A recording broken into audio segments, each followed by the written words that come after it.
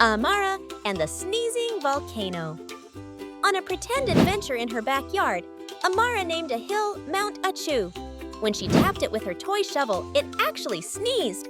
Out popped glitter, leaves, and giggling puffballs that bounced like bubbles.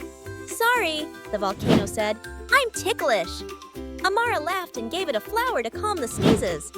In return, the volcano blew a gentle breeze that lifted her into a soft cloud slide. Every day after, Amara visited with a flower and a joke. The volcano never sneezed too loud, just enough to make her giggle. Subscribe to MC Kids Explorers.